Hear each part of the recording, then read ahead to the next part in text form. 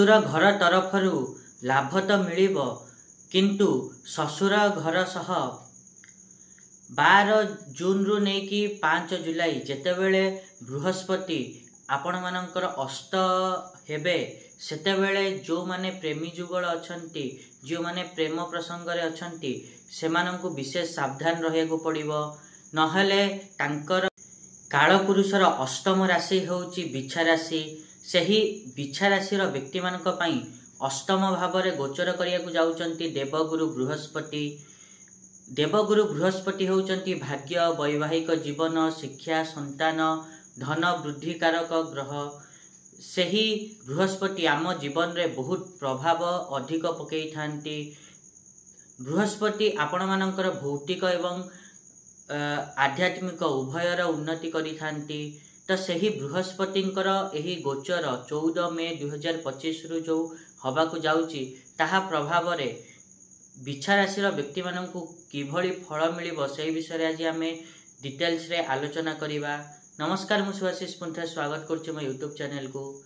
ଆଜି ଆମେ ଆଲୋଚନା କରିବା କି ବିଛା ରାଶିର ବ୍ୟକ୍ତିମାନଙ୍କୁ ବୃହସ୍ପତିଙ୍କର 14 ମେ 2025ରୁ ନେଇ 11 ମାର୍ଚ୍ଚ 2026 ଯାଏଁ ଯେଉଁ ଗୋଚର ରହିବ ଦୀର୍ଘ 12 ବର୍ଷ ପରେ, ତାହା କିଭଳି ଫଳ ଦେବ ବିଛା ରାଶିର ବ୍ୟକ୍ତିମାନଙ୍କୁ, ସେହି ବିଷୟରେ ତ ଡିଟେଲ୍ସରେ ଆଲୋଚନା କରିବା।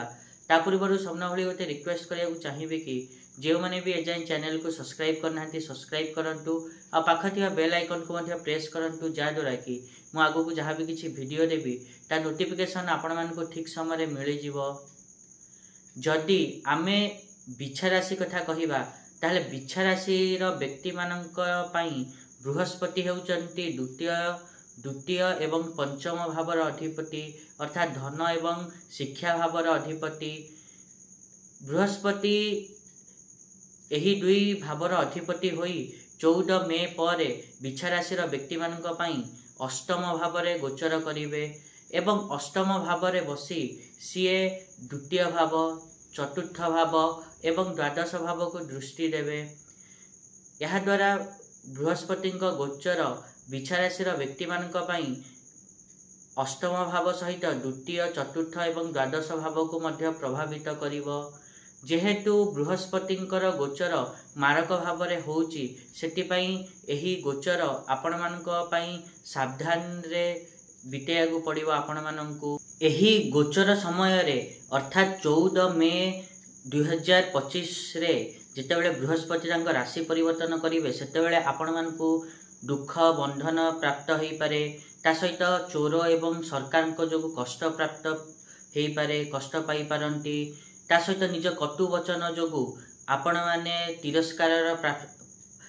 ତିରସ୍କାର ପାଇପାରନ୍ତି, ଅପମାନିତ ହୋଇପାରନ୍ତି। ସେଥିପାଇଁ ନିଜ କ୍ରୋଧ ଏବଂ ବାଣୀ ଉପରେ ସଂଯମତା ରକ୍ଷା କରିବା ଏହି ସମୟରେ ଆପଣମାନଙ୍କର ନିହାତି ଆବଶ୍ୟକ। ତା ସହିତ ଆପଣମାନେ ନିଜ କ୍ରୋଧ ଏବଂ ବାଣୀ ଉପରେ ତ ସଂଯମତା ରଖିବେ, ତା ସହିତ ଆପଣମାନଙ୍କୁ ଏହି ସମୟରେ ଆର୍ଥିକ ସଙ୍କଟ ମଧ୍ୟ ଦେଖିବାକୁ ମିଳିପାରେ। ଆପଣମାନେ ଲୋନ୍ ନେଇପାରନ୍ତି, ଆପଣମାନଙ୍କ ଶାରୀରିକ କଷ୍ଟ ମଧ୍ୟ ବୃଦ୍ଧି ଘଟିପାରେ। ତା ସହିତ ଆପଣମାନେ ଯେଉଁମାନେ ଚାକିରି କରୁଛନ୍ତି, ତାଙ୍କୁ ଚାକିରି ଛାଡ଼ିବାର ଅବସ୍ଥା ବି ଆସିଯାଇପାରେ। ଯେଉଁମାନେ ବ୍ୟବସାୟ କରୁଛନ୍ତି, ସେମାନଙ୍କୁ ବ୍ୟବସାୟରେ କ୍ଷତି ସହିବାକୁ ପଡ଼ିପାରେ।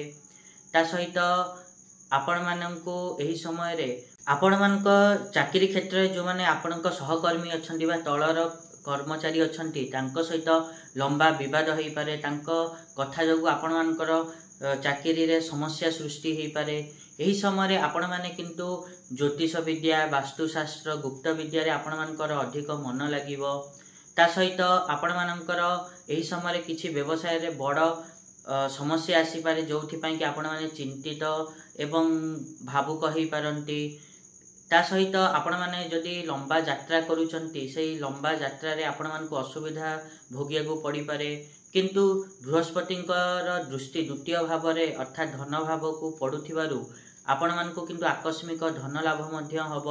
କୋର୍ଟ କଚେରୀ ବିବାଦରୁ ମଧ୍ୟ ଆପଣମାନେ ଆର୍ଥିକ ଲାଭ ପାଇପାରିବେ। ଏବଂ 11 ନଭେମ୍ବର 2025ରୁ ନେଇକି 11 ମାର୍ଚ୍ଚ 2026 ଯାଏଁ ଯେତେବେଳେ ବୃହସ୍ପତି ବକ୍ରୀ ହେବେ, ସେତେବେଳେ ଦେଖିବେ କି ଆପଣମାନଙ୍କୁ ଶୁଭ ଫଳ ମିଳିବ, ଆପଣମାନଙ୍କ ଆର୍ଥିକ ସ୍ଥିତି ସୁଧୁରିବ, ଆପଣମାନଙ୍କୁ ସପୋର୍ଟ ମିଳିବ। किंतु आपण माने एही समय फालतू खर्च करिवारु निजको बंचेवा उचित। यह प्रति आपण मानकु टिके विशेष ध्यान देवाकू पड़िबो। किंतु 11 नवेम्बर 2025 रु नै कि 11 मार्च 2026 जेतेबेले बृहस्पति बकरी हेबे सेतेबेले आपण माने देखिबे कि जेतेबेले बृहस्पति बकरी होउचंती सेतेबेले आपण मानकर व्यापार जोर धरिबो, आपण मानको व्यापार रु लाभ हबो, ता सहित आपण मानको अटकी थिबा काम मध्य पूरा हबो, धन संपत्ति को नै जो इच्छा रखिचंती ताहा मध्य पूरा हबो, ता सहित एही समय निवेश करिया पई मध्य आपण मानको पई भलो रहिबो।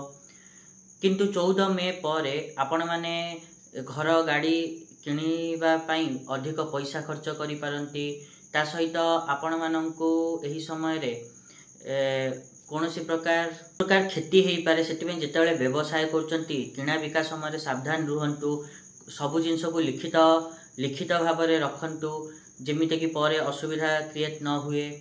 ता सहित आपण माने जेते चेष्टा करंतु आपण मानको खर्च बढ़िबो, आपण मानको करज मध्य बढ़ी पारे 14 मे परे। किंतु जेतेबेले 11 नवेम्बर 2025 रु नै कि 11 मार्च 2026 मध्य रे आपण माने निज बुद्धि बल रे अधिक पैसा कमै पारिबे। ता सहित आपण माने देखिबे कि आपण मानकर वैवाहिक जीवन भल रहिबो, जीवन साथी सहित घनिष्ठता निकटता वृद्धि घटिबो। ता सहित जो माने गर्भधारण करचंती तांको शुभ खबर मिली पारे, जो माने विवाह पई इच्छुक अछंती तांकर बाहागर निश्चिंत हेई पारे। ता सहित एहा मध्य देखिबे कि आपण मानको परिवार रु सपोर्ट मिलिबो, आपण मानको इच्छा नथिले भी परिवार रो दायित्व आपण माने नेबे, घरे कोनोसी मांगलिक कार्य शुभ कार्य हेई पारे। एवं नवेम्बर परे 2025 परे आपण माने ससुर पक्षरु लाभ तो पाइबे, किंतु ससुर पक्ष सहित झगड़ा मध्य संपर्क खराब मध्य हेई पारे। सेति पई जदि आवश्यक अछि ताहले लाभ उठांतु, नहले उठांतु नाही।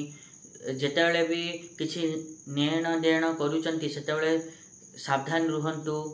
ता सहित 12 जून रु नै कि 5 जुलाई जेतेबेले बृहस्पति अष्ट हेबे सेतेबेले जो माने प्रेम प्रसंग रे अछंती सेमानको विशेष सावधान रहिएको पड़िबो, नहले आपण मानको ऊपर आरोप लागि पारे, आपण मानको विरुद्ध रे षडयंत्र हेई पारे।